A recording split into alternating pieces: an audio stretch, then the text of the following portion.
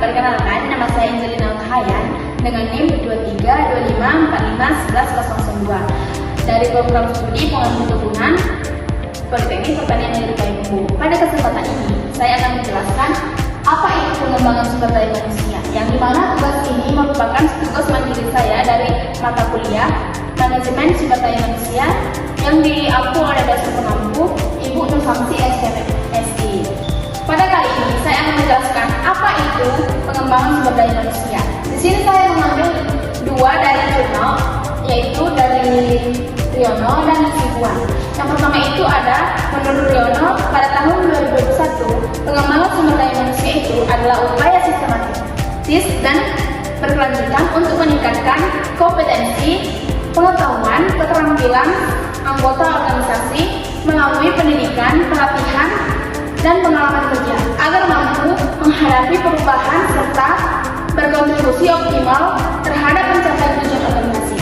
Yang kedua itu menurut Hasibuan, pada tahun 2019, pengembangan sumber daya manusia adalah usaha meningkatkan kemampuan teknis, teoritis, konseptual, dan moral karyawan sesuai kebutuhan pekerjaan melalui pendidikan dan pelatihan, sehingga pengembangan sumber daya manusia ini dipandang sebagai investasi jangka panjang karena menghasilkan tenaga kerja yang lebih produktif, inovatif, dan mampu beradaptasi terhadap perubahan teknologi maupun lingkungan bisnis.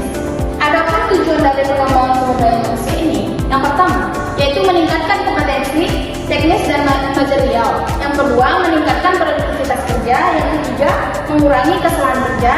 Yang keempat, menyiapkan calon pemimpin. Dan yang kelima, meningkatkan kemampuan adaptasi terhadap perubahan. Yang keenam itu meningkatkan kepuasan dan motivasi kerja dan mendukung pencapaian tujuan organisasi serta berkelanjutan. Nah, di sini bisa kita lihat jenis-jenis pengembangan sumber daya manusia itu ada beberapa. Yang pertama itu training ataupun pelatihan. Di sini training ini seperti kita melatih karyawan yang baru masuk ke dunia kerja sehingga mereka bisa membangun karakter ataupun keterampilan mereka. Dan yang kedua itu ada education atau pendidikan. Di sini dalam pengembangan dari sumber daya manusia ini bisa dilakukan dengan pendidikan. Yang ketiga itu ada coaching dengan pemberian materi-materi kepada karyawan. Yang keempat, mentoring. Dan yang kelima, job creation. Yang keenam itu job engagement. Dan yang ketujuh, job enrichment. Dan yang ke-8 ada workshop. Dan yang ke-9 seminar. Dan yang ke-10 e-learning. Yang ke-11 itu benchmarking. Dan yang ke-12 itu magang. Magang ini seperti kita sudah melakukan pekerjaan di suatu tempat, tetapi kita belum mendapatkan gaji, melainkan kita hanya belajar saja untuk mengetahui lebih dalam pengetahuan yang akan mengembangkan sumber daya kita pada diri kita sendiri.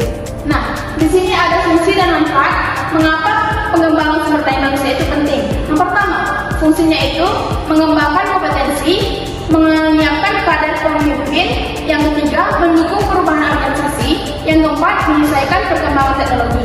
Adapun manfaatnya bagi organisasi, yang pertama, produktivitas kita meningkat. Yang kedua, efisiensi biaya. Yang ketiga, loyalitas dan kepuasan pelanggan meningkat.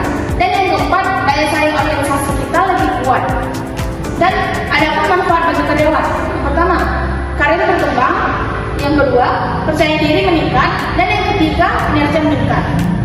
Nah, di sini saya mengambil studi kasus, yaitu pelatihan sumber daya manusia pada PD, PPR, dan Bapas 69 Magelang. Yang dimana latar belakangnya ini, bank menghadapi persaingan industri jasa keuangan yang semakin ketat, sehingga kualitas pelayanan menjadi faktor utama dalam mempertahankan nasabah. Manajemen menemukan adanya perbedaan kompetensi karyawan, sehingga dibutuhkan program pelatihan yang terstruktur.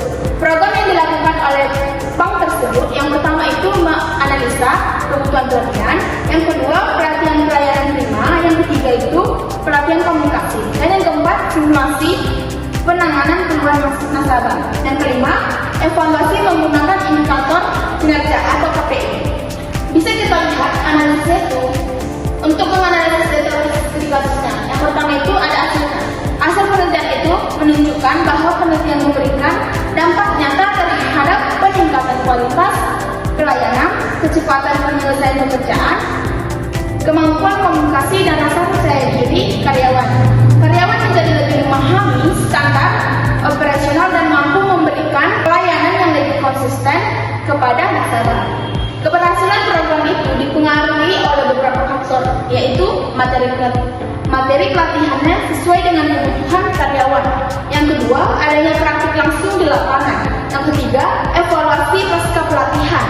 Yang keempat, serta dukungan penuh dari manajemen.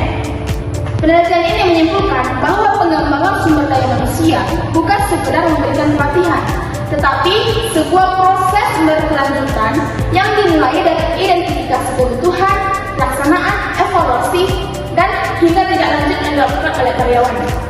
Jadi, kesimpulan yang saya ambil dari materi ini bahwa pengembangan sumber daya manusia itu adalah investasi strategis yang meningkatkan kompetensi individu sekaligus daya saing organisasi.